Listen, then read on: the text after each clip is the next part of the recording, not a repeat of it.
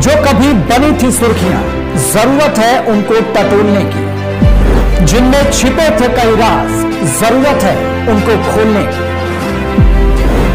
जख्मों की डोर से घटनाओं के शोर तक, किसी को अपनों की तलाश, अब होगा राज का पर्दाफाश, क्योंकि हम लेंगे खबरों की खबर।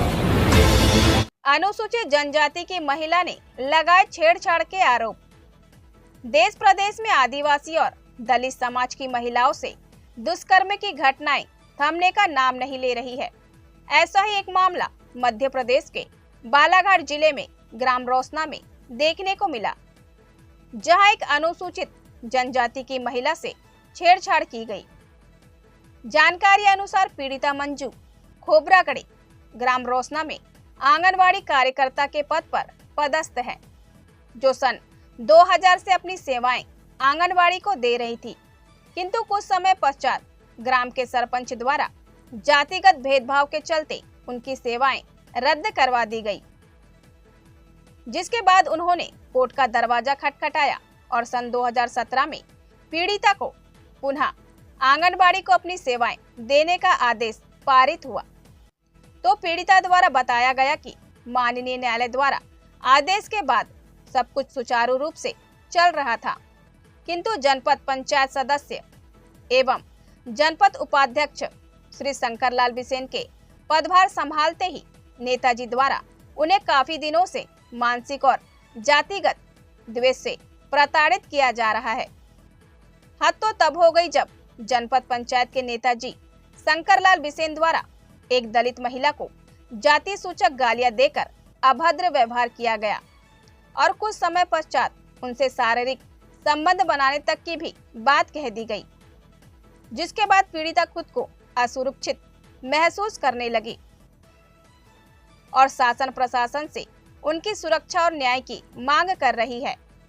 अब इस तरह से नेताजी का अनुसूचित जनजाति की महिला के लिए अभद्र व्यवहार दर्शाता है कि उनके लिए एसटी और एससी समाज उनके जूते के नीचे कार्य करे और एससी एसटी समाज की महिलाएं उनके लिए केवल भोग विलास की चीज बनकर बैठी रहे।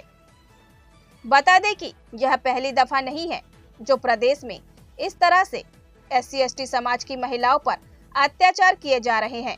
इससे पहले भी बहुत सी घटनाएं प्रदेश में देखने को मिली है, जहां एससी एसटी होने की वजह से उनके साथ अभद्र व्यवहार किया जाता है, जिस पर शासन प्रशासन कोई कड़ी कार्यवाही करता नजर नहीं आता है।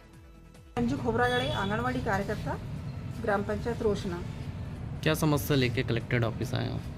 समस्या यह है कि अभी 19/9/2024 को स्वास्थ्य विभाग और महिला बाल विकास विभाग की बैठक थी, सभापति महोदया ले रही थी। उस मीटिंग में, उस बैठक में श्री शंकरलाल जी बिसेन जनपद अध्यक्ष, जनपद उपाध्यक्ष हैं, जिन्होंने शिकायत करने के दृष्टिकोण से उन्होंने वो मैटर को छोड़ दिया और ठीक व्यक्तिगत तरीके से मुझ पर, मेरे कैरेक्टर पर उंगली उछालने की कोशिश की गई, जिसमें कहा गया कि मैडम ऐसे कपड़े पहनती है, जीन्स पहनती है, टॉप पहनती है, हाफ कपड़े पहन करके घूमती है और अनर्गल तरीके से, मतलब बहुत कुछ शब्दों का उपयोग किया उन्होंने। उसके पहले भी उन्होंने मेरे साथ में 3 बार 4 बार ऐसी अभद्रतापूर्वक शब्दों का उपयोग किया गया, जिससे मैं हमेशा उनको इग्नोर करते रही। मैं सोचते रही कि चलो आज सुधार होगा, कल सुधार होगा, बट उन्होंने ऐसा नहीं किया। बट 19 तारीख को उन्होंने सारी हदें पार कर दी और उन्होंने व्यक्तिगत तरीके से मुझ पर उंगली उठाने की कोशिश की। मैं पद्मा सूर्यवंशी।